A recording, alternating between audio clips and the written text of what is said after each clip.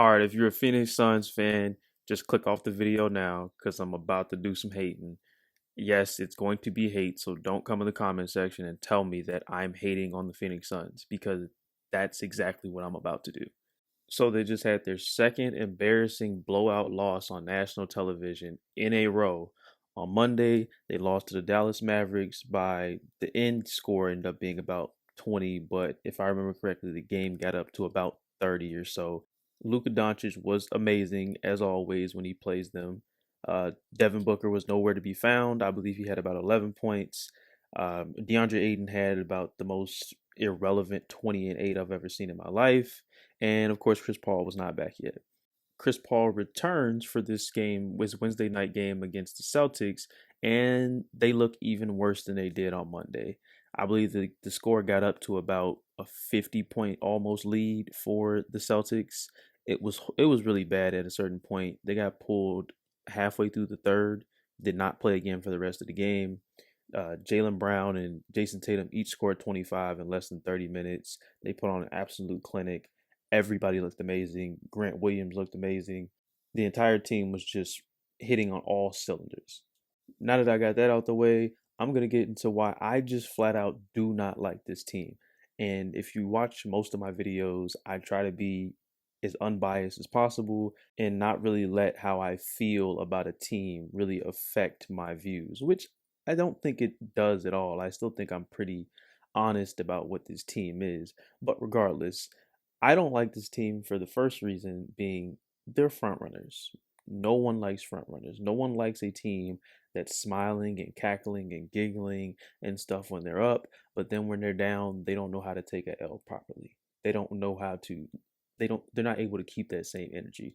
It reminds me of when Draymond, I believe they were playing the Grizzlies and they were getting blown out or something, and Draymond joins in on their whatever. It was like the whoop that trick celebration. That's what it was. He joins in. It's because when they're winning, the Golden State Warriors are laughing in your face. Steph is shooting threes and not watching them go in. Like they're having fun, they're having a good time. And when they're losing, Draymond keeps that same energy. He's not gonna be sulking and pouting and stuff like that. He's like, all right, we'll see y'all next time.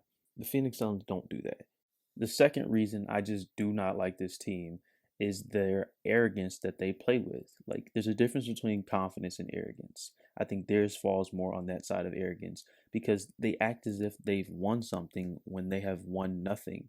Their arrogance is almost like, hey, we deserve to be here. We're better than this team. They don't deserve to be out here with us type of that's the energy that they bring on the court. And you've seen it in certain instances where they're like standing over Austin Reeves after they hit him in the face, which should have been a flagrant, and they're standing and towering over him like they've done something. Or like the front running that they were doing in the finals when they were up 2-0 just to come back and lose four straight. Like those type of things just don't sit right with me. And I don't think they sit right with anybody else who watches basketball. I think the general consensus on Twitter and other spaces where they talk basketball is just that stuff is unnecessary and not needed in the sport. Now, don't get me wrong, I love trash talk, I love gamesmanship, I love all of that stuff. But I'm just saying what they do is a step above that and borderline just unnecessary in a lot of situations.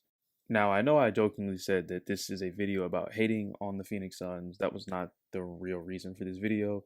It was really to highlight the fact that I don't believe that this team is legitimate, and I have not. I posted a video earlier this year, I believe just at the beginning of the season, about why I do not have faith in this team competing for a title or even getting back to the finals like they did against the Bucks, and I'll link that video right here. It should be like on the time card or something. But in there, a lot of the things that I said earlier in the season that still reign true to this day is one, Chris Paul's health. It's an issue. He was just out with the heel. Obviously, you don't wish injuries on anybody, but he's almost 40. Like let's be real here. He's almost 40. He's a smaller player. He's been in the league forever. The injuries are going to start to pile up, and he's been injury prone majority of his career. That's it. That's going to happen. Ayton. Ayton is not consistent enough to where they need him to be. I feel like Ayton needs to be their bona fide number two on this team. but I don't feel like he has that ability. I don't feel like he has that motor. I don't feel like he has that will to want to dominate somebody on a night to night basis. And I don't think he has it in him. I do think physically he has those capabilities and he has the skill set, but I don't think he has it in him to do that on a consistent basis. Mikal Bridges, I said at the beginning of the year in the video, if you go watch it that I made earlier, I said he has to step up offensively. Tonight, 4 points on 2 of 11 shooting, and they couldn't buy a bucket. Nights like this is what I'm talking about when I say Ayton needs to be number two. Mikal Bridges needs to step up. It's not enough for him just to be a 3 and D guy. And he has the ability to be more than just a 3 and D guy. I don't know if it's just the fact that they're not letting him spread his wings a little bit and do more on the offensive end, or if he just doesn't feel comfortable doing it. But you see in spurts, he has the one dribble pull up. He can handle the ball a little bit. He has good size for the wing. He has long arms. Like he has the ability to do all of these things. So I'm a little perplexed on why he doesn't do those things. But nonetheless, those things have to happen for this team to be better. And I just don't think that they'll happen. I don't think this team is going to be as currently constructed in the next season or two. I think this team is just about done. I think Ayton will get traded at some point. I think Chris Paul will be at the tail end of his career and not nearly as effective as he needs to be for them to consistently compete in this league. And after that, I don't really see where this team goes once Chris Paul is no longer an effective point guard in this league. Are you back to being where you were before him, where it's Devin Booker and a bunch of guys? I don't see that working for you, and I don't see a way that they can go trade for another star. Are they going to be bad to the point where they can get a good draft pick? That's a possibility, but does Devin Booker want to sit through that? I don't know. But those are just my thoughts. Y'all get in the comments. Let me know what you think. Do you think this team is a legitimate contender? Do you have faith in this team actually competing this year and years to come? Like I said, get in the comments. Let me know what you think. If you made this far in the video, feel free to like, maybe even subscribe. Until next time, appreciate you guys for watching.